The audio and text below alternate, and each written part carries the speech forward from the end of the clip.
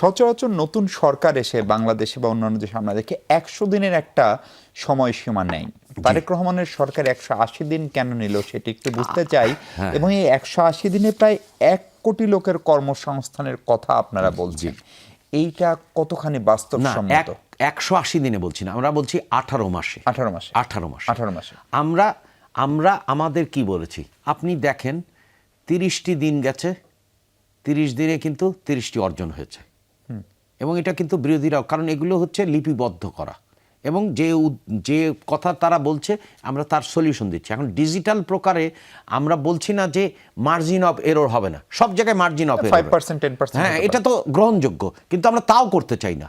আপনার এতদিন ধরে যদি আপনার মনে আছে যে পোভার্টি ডাটাবেস করার ক্ষেত্রে পতিত সরকারের সময় 738 কোটি টাকা বিবিএস ব্যয় করেছে, কিন্তু কিছুই হয়নি। কিন্তু আমরা সেই পিএমটি এনআইডির সাথে লিঙ্ক করে দিয়েছি কয়দিনের মধ্যে। তার মানে আমাদের বক্তব্য হচ্ছে যে জবাবদিহিতা যদি থাকে, দুর্নীতি যদি দমন হয় এবং আইনের শাসন থাকে, তাহলে কিন্তু এই যে পরিস্থিতি এগুলো থাকবে না। কারণ আমরা যদি ন্যাশনাল ডাটাবেস, আমরা অলরেডি উদ্যোগ নিয়েছি যে 1 সিটিজেন 1 কার্ড এবং 1 ডিজিটাল পোর্টফোলিও, যেটা এই কর্মসংস্থান কি স্যার শুধু তরুণদের বা চাকরির, নাকি এর মধ্যে উদ্যোক্তাও আছে? আবার সরকারি চাকরির ক্ষেত্রে আমরা দেখেছি বাংলাদেশে গোয়েন্দা তথ্য থাকে, কেউ যদি ছাত্রদল না করে, কেউ যদি অন্য রাজনীতি করে, সে চাকরি পায় না। ফলে এই যে রাজনৈতিক যে বিরোধগুলো, চাকরির ক্ষেত্রে গোয়েন্দা সংস্থার যে ভূমিকা, সেগুলো কি বিরাজমান থেকে এটা করা সম্ভব? আমরা আমাদের সরকারের ক্ষেত্রে 4,80,000 মতো পদ ফাঁকা আছে, যেগুলো বাজেটে বরাদ্দকৃত। সেইখানে রাজস্ব খাতের, হ্যাঁ, রাজস্ব খাতের আমরা সেখানে পরিষ্কার বলেছি যে মেরিটোক্রেসির মাধ্যমে নেওয়া হবে। এবং ইতিমধ্যেই দেখেছেন যে প্রাথমিক শিক্ষক নিয়োগের ক্ষেত্রেও এই কথা পরিষ্কার বলা হয়েছে যে এনটিআরসি পাস করবেন, তারপর আপনি পাবেন। সো আপনার খেয়াল খুশি মতো করে নেওয়া যাবে না।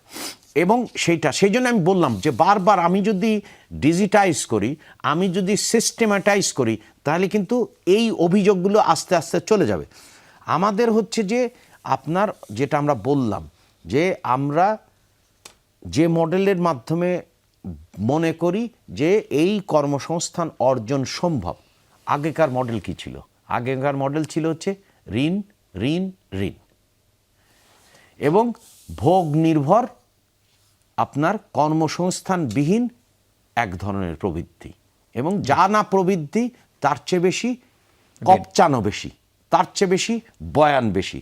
তা আমাদের মডেলটা কি? আমাদের মডেল হচ্ছে আমরা বিনিয়োগ, উৎপাদন, কর্মসংস্থান, এবং কর্মসংস্থান হলেই আয়কর বেড়ে যাবে। এবং সেই জন্য আমাদের করলো কিন্তু সব বাস্তবসম্মত। আপনি খেয়াল করেন, আমরা কিন্তু বলেছি 2035 সালের মধ্যে কর জিডিপি রেশিও এই এখনকার 6.6 থেকে 15%। এটা কিন্তু আমরা একেবারে বাস্তব অনুযায়ী, কারণ আপনাকে তো ফাইন্যান্স করতে হবে। স্বাস্থ্য খাতের যে, শিক্ষা খাতের যে কি করুণ দশা,